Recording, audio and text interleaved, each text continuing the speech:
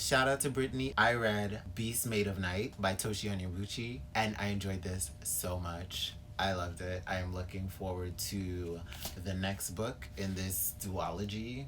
I heard about A Beast Made of Night a while ago. Somebody I don't know, they hauled it, I think, for Blackathon. And then Brittany was talking about it. She's like, it's so good. You have to read it. You definitely check it out. So I was like, I read the synopsis and I was like, it seems interesting, but I don't know. We'll see. I'll read it. Because if Brittany says it's good, Brittany, she's really on her stuff about fantasy and speculative black fantasy stuff. She loves that stuff. So the synopsis for this, it is a world based on Nigerian culture and folklore and I guess religion. I'm not fully sure, but it is based on a lot of Nigerian culture. In this world, it's the city of Kaz, and they have a royal family, but there are these other people who are part of the lower class called sin eaters or Akai or Akai. I'm not really sure how it's pronounced.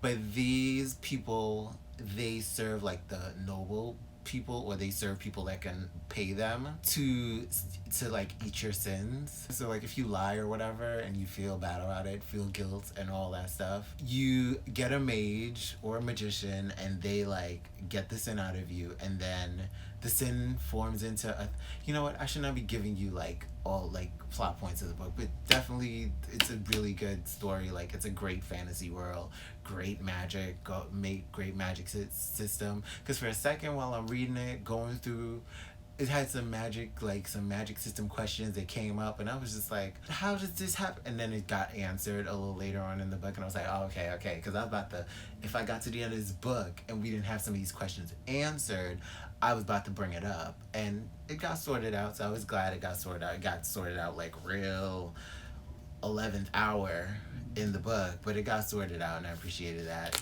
Although quite minutely, it got sorted out. I enjoyed Taj's character, maybe because I've been reading so much from the perspective of white female protagonists who are made to be very mousy and quiet and awkward and a little low self-esteem about themselves, and the journey's kind of them being a chosen one or whatever. And I love that I could read from this black, although it's a black male character, it's to read from this black character who's although he's in these peasant lowly circumstances, he's still sure of himself. I know I do this thing and I do it well, and people are paying me for it and they're asking for my services and they need me, and I know I'm good at what I do. Although the rest of the world doesn't really see me as yo, you are a valuable person because this is the job that you have to do, I know I'm still good at my job because at the end of the day you still need me and you still gotta pay me for it. So I loved that there was a sense of confidence in him, but it wasn't overconfidence. He just knew confidently who he was, and he just wasn't being cocky and doing dumb stuff. He was balanced, in my opinion. I loved him.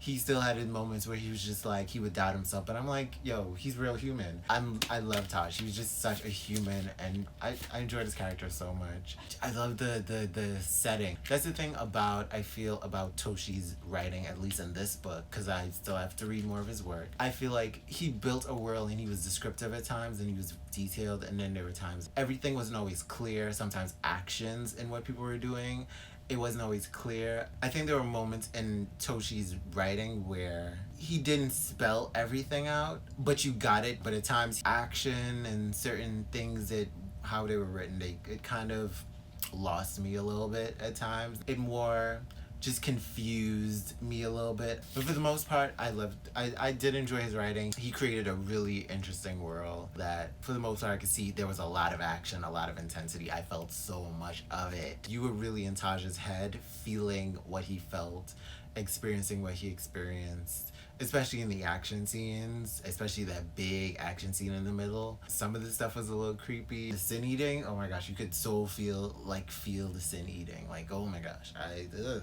And you also empathize with these characters because to see what they're going through and who they're becoming, It had a really great plot so far, being that it's a duology. It kind of ends off on a serious cliffhanger. And I was just like, ooh, we could have wrapped up the end a little bit more than that. Like, keep it open-ended enough, but keep it like that it didn't have to be so open that we know there's another book. It could have been just like close a little bit. It had like a little twist at the end, but at the same time, I also kind of did that twist at the end kind of was like inkling in my mind, like, especially when other variables were introduced. I was kind of like, this would be interesting if this variable came up and things got a little messy on that side. But how it twisted out, I was like, okay, I kind of saw that a little bit happening, but I wasn't sure because things were still a little too nice. I'm definitely looking forward to reading Crown of Thunder, and I had fun reading it, and I'm so glad that Britney like brought this up and she was pushing it, because I'm like,